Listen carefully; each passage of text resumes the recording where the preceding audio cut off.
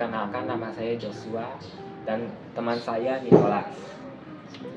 Kita akan membicarakan seputar berbagi pesan dengan Tuhan. Apa pesan Tuhan bagimu? Pesan Tuhan bagiku adalah Mazmur 34 ayat 18 yang berkata, apabila orang-orang benar itu berseru-seru, maka Tuhan mendengar dan melepaskan mereka dari kesesakannya. Maksudnya bagaimana? Nah, penjelasannya yaitu Mazmur 34 ayat 11 sampai 22. Pertama, hidup dengan hormat. Pembicara menyerukan untuk mengikuti jalan moral. Hal ini mencakup hal-hal seperti menghindari kebohongan dan hinaan. Kedua, mencari perdamaian, menekankan pentingnya mengupayakan perdamaian. Dan ketiga, percaya kepada Tuhan, berbicara tentang perhatian Tuhan kepada orang-orang yang sering rajin ke gereja dan berdoa kepada Tuhan. Keempat, pertolongan Tuhan bagi mereka yang membutuhkan, meyakinkan bahwa Tuhan dekat dengan mereka yang terluka dan akan membantu mereka. Apa pesan Tuhan dalam hidupmu? Jika aku sedih, Tuhan pasti ada di sebelah aku. Karena aku tidak sendiri. Tuhan digambarkan dekat dengan orang-orang yang patah hati. Artinya, aku tidak harus melalui kesedihan sendirian. Nah, carilah kenyamanan bagi Tuhan dalam Mazmur 34 sampai ayat 18. Ini dapat dilihat sebagai dorongan untuk meminta bantuan Tuhan selama masa-masa yang sulit. Dan doa dan refleksi dapat menjadi sumber penghiburan. Apakah ada kisah nyata yang masuk di dalam hidupmu? Kisah nyata yang ada di dalam hidupku yaitu Apakah ada contoh kisah nyata dalam hidupmu? kisah nyata yang ada di dalam hidupku. Aku sedih dan pada waktu itu 2 tahun yang lalu hewan peliharaan dogi aku mati karena sakit batuk dan infeksi. Di paru-parunya aku merasa sedih serta keluargaku juga ikut bersedih. Karena hewan peliharaanku aku sudah lama sekali hidup. Dari sejak aku kecil sampai aku SMP. Berapa tahun tuh kira-kira? Sekarang sudah 2 tahun telah berlalu dan aku masih berpikir sampai saat ini. Bukan maksudku umur dogi kamu itu berapa tahun? Dogiku mungkin sekitar 14 tahun. 15. Sudah hampir Sabar ya. Apa pesan bagi yang menyaksikan tayangan ini? Apakah kamu ada pesan? Pesanku bagi yang menonton video ini itu menunjukkan pemahaman kita mengalami kesedihan dan kehancuran. Tuhan menawarkan persahabatan. Dikatakan bahwa Tuhan dekat dengan mereka yang koneksi dan hubungan. Menunjukkan harapan segala sesuatunya biasanya menjadi lebih baik karena Tuhan ada untuk membantu. Dan kita tidak pernah sendiri jika ada Tuhan.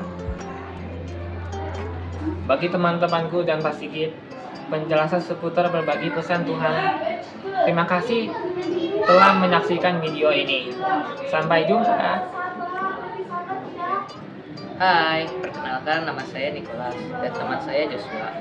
Kali ini kami akan berbicara seputar berbagi pesan Tuhan. Apa pesan Tuhan bagimu?